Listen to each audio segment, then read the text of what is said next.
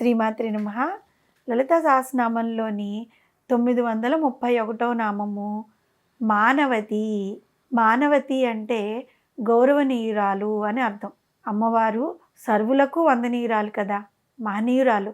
సమస్త దేవగణములు, మానవులు, ఇతర సమస్త జాతుల చేత గౌరవింపబడుతూ ఉంటుంది. గొప్ప అభిమానము, ఆదరణ, గౌరవము కలిగింది. అభిమానము, ఆదరణ, గౌరవం ఇవన్నీ కూడా దేనికవే విశిష్టమైన గుణములు కదా. వీటిలో కొందరిలో కొన్ని లక్షణాలు ఉండొచ్చు, కానీ జగన్మాతలో ఈ లక్షణాలు అన్నీ కూడా మూర్తీభవించి ఉన్నాయి.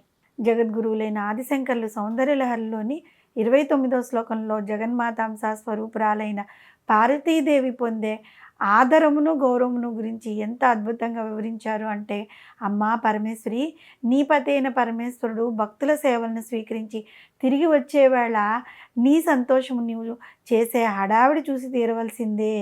నిన్ను దర్శించుకోవాలని బ్రహ్మాదేవతలందరూ ఉత్కంఠతో ఎదురు చూస్తూ ఉంటే, ఈశ్వరుడు వచ్చేస్తున్నాడన్న వార్త వినగానే నీవు తడబడుతూ పరుగు పరుగున పరమేశ్వరునికి ఎదురేగి ఆహ్వానించేందుకు వెళ్తూ ఉంటావు.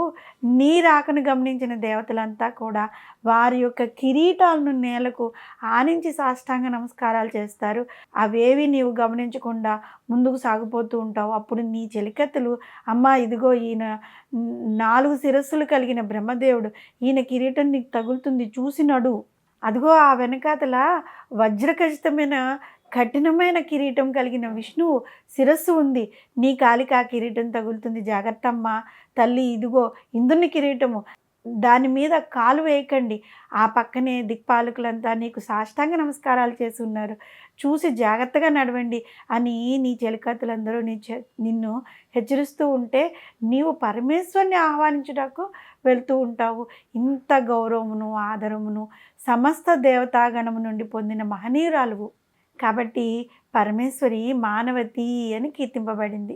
ఇప్పటి వరకు మనం చెప్పుకునేదంతా మానవతి అని తెలియజేసే సందర్భం కూడా మనకు ఇక్కడ తెలుస్తోంది.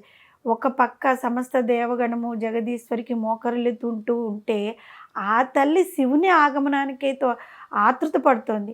ఈ పాతివ్రత్య లక్షణమే ఆమె మానవతి అని వ్యవహరించడానికి కారణమైంది.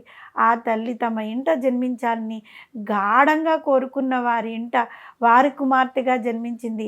కానీ జన్మ జన్మలకు తన పతిగా ఆ తల్లి ఈశ్వరునే భర్తగా ఎంచుకుంది. మానము అంటే కొలత అని అర్థం ఉంది. జగన్మాతకు కొలత వేయటము ఎవరికీ సాధ్యం కాని విషయం.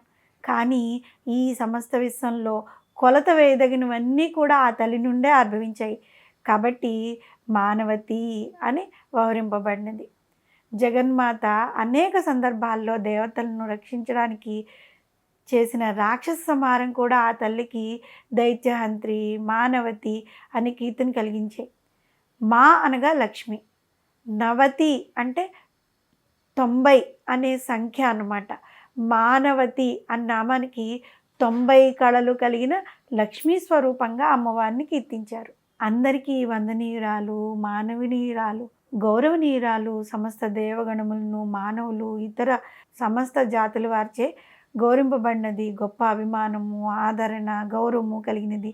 కొలతలన్నీ కూడా తన నుండి ఆవిర్భవించిన తాను మాత్రము ఏ కొలతకి అందనిది అయిన పతివ్రతా శిరోమణి అయిన పరమేశ్వరి ఆ తల్లిని మనమందరం అన్నిత్యం మానవతి అనే నామంతో స్మరిస్తూ ఉన్నట్లయితే ఆ తల్లి ఆదరణీయతకు మనము పాత్రలమవుతాము. ఈ విధంగా ఆ తల్లి మన కరుణా కటాక్షాలు మనపై ఉంటే మనము ఈ సమాజంలో గౌరవాన్ని పొందుతాము.